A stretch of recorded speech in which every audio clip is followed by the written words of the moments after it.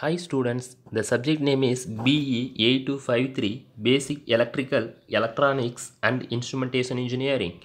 Today we will learn the new basic concepts of AC circuits. First we will see the topic AC waveform. In each and every AC sine wave, the important consideration as follows.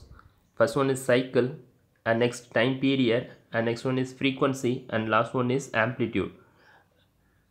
These topics are we will discuss the upcoming slides.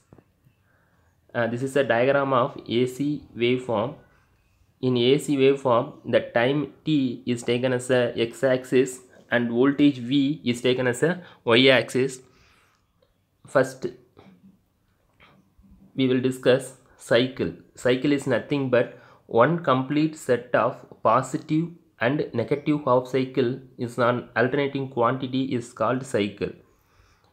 Positive half cycle means the upper portion of the wave is positive and below the waveform is negative.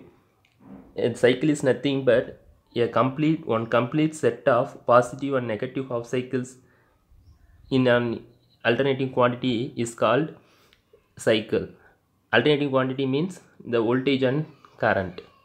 And next one is time period. Time period is nothing but this is the next topic. Time period is nothing but the time taken by an alternating quantity to complete one cycle is called time period t.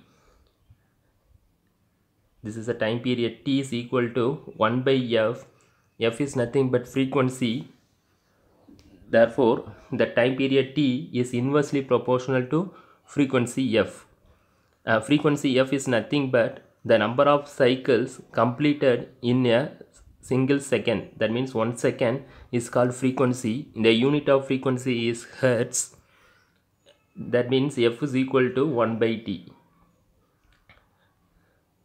This is the definition of frequency. Frequency is the number of cycles that a sine wave completed in 1 second is called frequency.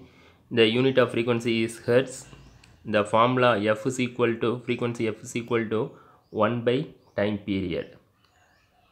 And next one is amplitude. Amplitude is nothing but is the maximum value of positive or negative half cycle is called amplitude or maximum peak value. This one is the definition of amplitude. The maximum value of positive or negative of an alternating quantity such as voltage or current is known as amplitude. And next topic is pure resistance in an AC circuit. Resistance is nothing but opposition of flow of current in a circuit is called resistance. The unit of resistance is ohm. The resistance R is connected across the AC source. In this phasor diagram, the voltage and current are in phase. In phase is nothing but the voltage and currents are in same phase is called resistance in AC circuit. We have to apply the Ohm's law. V effective is equal to I effective into R. And next one is a pure inductor is connected in AC circuit. The inductor is denoted as a letter L. L is connected across the AC source. Inductor is nothing but store the energy in the form of magnetic field. In this above phasor diagram, the voltage peaks 90 degree before the current peaks. That means voltage will be started at before 90 degree of current peaks. And next term reactance. Reactance is denoted as a letter X. It can be defined as non-resistive opposition to the flow of AC current is called reactance. And next one is inductive reactance. Inductive reactance is denoted as a letter XL. The back EMF induced by a changing current to provide opposition to current is called inductive reactance XL. The inductive reactance XL is a function of both inductance and the frequency of AC current. And we have to calculate the value of inductive reactance XL. from the diagram, XL is equal to 2 pi F into L. The unit of inductive reactance is ohm. F is nothing but frequency, L is the inductance.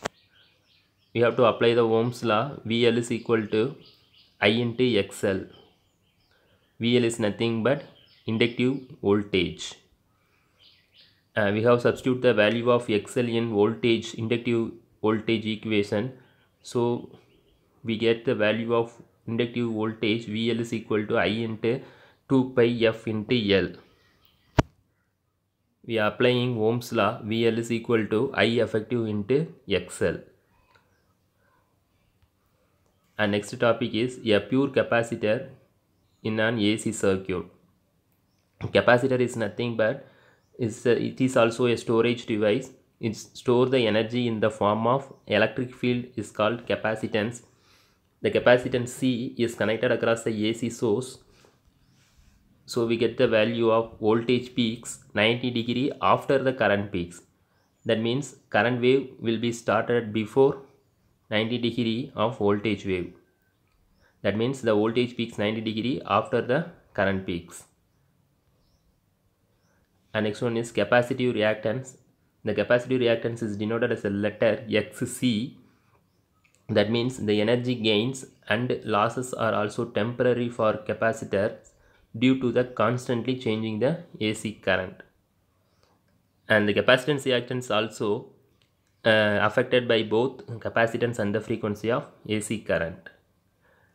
Already I told frequency is nothing but number of cycles completed in 1 second is called frequency.